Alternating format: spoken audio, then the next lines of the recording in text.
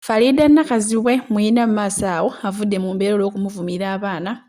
Munnange n'avumase bukyabula okuva weyabula munnange omukyala anaaza emirambo amaze n'alabika naye era muyina mu kavidiyo ako. Muna ne Deriki mbayinanga lave basaza mu kamu. Munnange Rainbow si bituufu. Pastor Bujingo naye ajja kunyuma omulabyeko mu maaso awo. Katoolu bwama bannaye anti yo munnange lisiti ereese obuzibu. Lisiti bajjo gye yakoze naye Katoolu bwama ajja kunyuma ng'omulabyeko n'otavuma ne bavuma.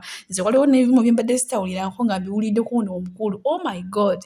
Jjajja Ichuli ate naye alumbye. Olowooza alumbye ani bina mbadde saagala obisubwe. Naye nga mugamba muti akansubire muli bulungi. Bambi buyinzaanishasuvia abasaba video mugimuweeka like era n'asaba mukwano gwe wenna ate n'abakusubscribing. Anti subscribing wano ku buyinzaanishasuvia news era onyige ne mu notification bell. Oleme kusubwanga buli kimu kyonna kye mba nteekayo n'abagambeza wano mbeera updates buli kadde. Era bambi n'esaba mukwano gwe wenna oli eyo oyagala kulangira ku business y'omukwano nze wendi wano nteekako ennamba yange ku screen naye okozesa WhatsApp tokuba munnange gujja mu WhatsApp ate nga tukimala naye nga nkulangira business yo ate eno naawe wetukola ki wetunyumirwa naye nga gonna amalamba nga yina wano era muzikiriza munnaye mutima mulungi nga kuteereko gonna.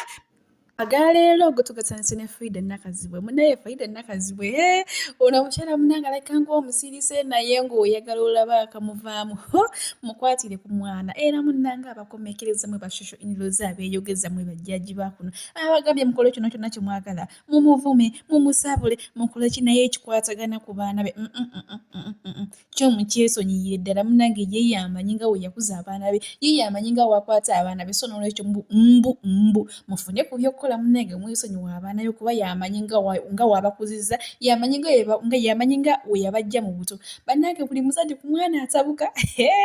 Ab'emikwano mu Yesu, abooluganda mu Yesu yeebazibwe. Mpitibwa akankwasa mase oba laavu mase. Neebaza Katonda nti ndokose era nzizza bujja. Nazanyako content w'okutyoboola abantu ng'ate kw'otadde n'okutyoboola ekitiibwa ky'abanakazadde b'eggwanga katugambe nti maama naye nga maama yansonyiwa era yategeera nti yali content. Naye content ono ngenze kiraba nga tukosamu abantu bangi emitima, abantu tubaleka mu maziga naye nga mbasuubiza nga mpanisa emikono. Bwe ndiddamu okuvuma omuntu bambi mbasaba bannayuganda mwenna bwe munsanganga mu kkubo munjokye n'ebipiira. Mukama yeebazibwe. Era nalokose muli n'ekomera nalokose wadde yali content nga nze nga nkimanyi nti content naye ate neeyongedde okudda eri Katonda. Bayibuli egamba bw'otasonyiwa nawe tolisingibwa. Gwe wena nsonyiye Katonda kumpeere tosinga okwagala. Era mpanisa emikono nga ngamba nti Pastor Bujingo Katonda yandaze gw'alina okunjatuza obulokole nzire eri Katonda ndokose ebyensi tebijja kuneemazaamu mboneredde ba mikwano Mukama bampeera omukisa era mbaagala nnyo. I love you so much. Muli baluganda munze mu Yesu era ne ndi waluganda mumwe atakolangako nsobi yaba tasonyiwa naye oba omanyi nti wakolako ku nsobi sonyiwa naawe Bayibuli erikubalirwa nti wasonyiwa naawe olusonyiyibwa. Mukama bankuumire. Yoyo n'omunnange Laavumase avuddeyo mu bwennyamivu obw'ekitalo mu nnaku ey'ekitalo munaye ng'asaba mumusonyiwe mwenna bye yakola ki be yasobe naye era kimanyi omuntu kasita omanyi ensobi yo n'ovaayo ne weetonda abo bonna b'obeera wanyiza bakola ki bakusonyiwa. Wakati munnange ate ye Muna ne Deriki nyongera okutegeeza mwenna baavaayo ne mupoloka omugambo mu munnange baayawukana munnange ensonga eyabaawula byali kulya bisiyaga munnange omuwala yayonooneka Muna yagenda okulya ye yatandika okulya ebisiyaga munnange nyongero bajjukiza nti bolaavu yaabwe buli lukya ekula bukuzi era olunaku lw'ojjo bagenzi ne batula mu kayumba ka Chosen Beki kwotadde Mickey Wine kana akapya simanya baali bana bannange naye ng'amalaavulaavu agali wali mu vidiyo nyongero bajjukiza kati banaye bashonyozi mwagala kusemba nakyo kati mwalabye nga bali bonna mmanyi we mwatandise okugamba anti empapula zaaganye era empapula munnange zo zaaganye kati bannange Muna yakola kiri ekintu ekyokulaga nti ali ebisiyaga. So mukazi watunga anoonya mpapula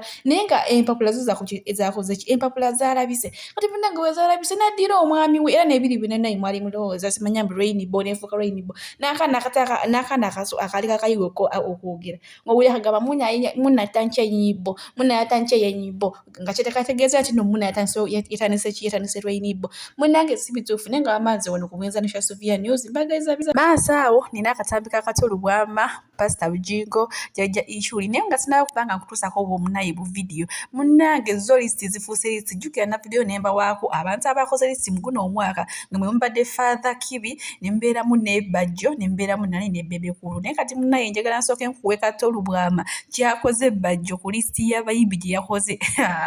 Bannange kino kijja kunyuma okirabyeko katono nnyo. Because this is a stupid list. It is a stupid list done by a stupid person, done by a nincompoop atategeera bulungi yeetaaga okutwala mu rehab. Kati bajolekera okumanyira ba musician sigo abatonda sigo tobayigirizangako ku music gwotandika otyo balamulira ssente n'okubateerako taaga ku bintu byabwe bye bakola. Bajjo funawo okoma kyova olabanza kati wemulabirako nkuba mukube. Yes gundi ekyaliko Bajja atagenda kunkola ki bimujjamu amaaso bimujjamu amannyo ennyindo zonna ne tuzigasi ennyindo zesi yennene ne tujongera ogigaziya tugikolako plastic surgery nga yabikonde plastic surgery yabikonde nekuba ekiyindi kyonanyene nekizimba bajja okuddamu sense. Lekerawo okugoberera omuntu ng'olinga akabwa ne mukama waako gwe n'ogula airtime naggwako ng'okubira omuntu takkubira obudde bwo bwonna n'obwononera ku muntu akwagale guno omwaka si gwakwegula.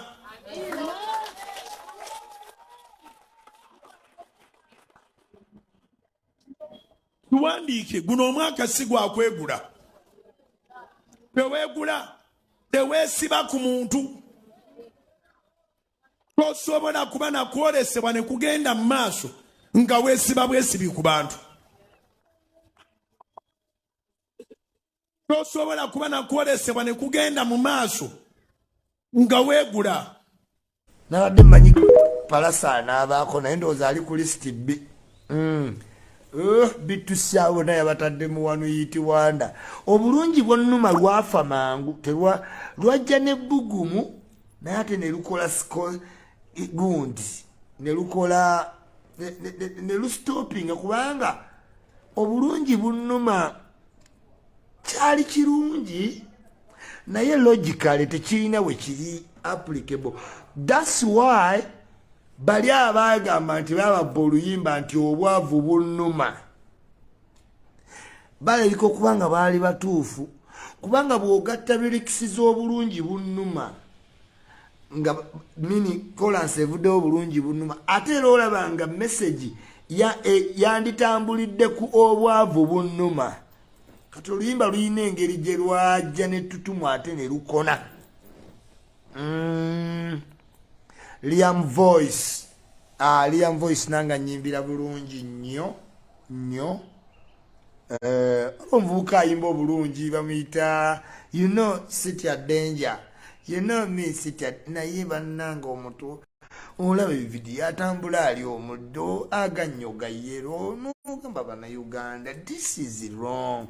You were in the ghetto oyina talent ogenda bavaayo kyokamba abantu bakulimba mu brandi yo musiranye ejjo agaaya wakola interview n'owulira nga bannanga kale Allen Skin mbadde njagala obubaka buno bukutuukeko. Kituufu emboozi y'enkwacyo kayimba kalungi ate oli enkwacyo kituufu naye ate kati ogenda osukkuluma ku levo y'enkwacyo. So girye senyaama nnyo yambala bulungi genda ne tutambula mu bantu ng'ogaayagaaya. Please abantu bakulima mbwe brand bagala kusuula. You can elevate yourself. Ebyo nabyo yagala okukola babbobi babikola. So omukisa guze improve yourself as fast as possible ofitinge muki mu bayimbi ofaanana abayimbi. Yes, nange Ellen Skinga nyumira neewuunya bamumisigaidinga bamugamba bwoti bw'olina okuba nedda tolina bba bwotyo oli talented by the way nze ebiyimba binnyumira kati oluyimba lw'enkwakyo olunnyumira nga owuli omuyaya akola ebintu nga takikaka naye to brand yourself kintu kikulu nnyo bebe ku list Liam Voice Kristo Panda alinga ba Lily Jones oba manyi omuyimbi wa America gwe bayita Lily Jones nga Lily Jones taba na nyimba nenga Lily Jones wa nenga oluyimba lu nenga talinamu kyayimba Kristo Panda just ayagala entertainment toyina wonga nti naayimba siina luyimba lwa Kristo Panda lwe nali ntuddawo nempulira nenga yayimbye nenga waliwo okubeera ku microphone n'ofollowinga beat n'ebinyuma nga wolaba Salvador ng'agenda okukola comedy tayimba naye oyinza okugamba muyimbi oba muwangi talina ennyimba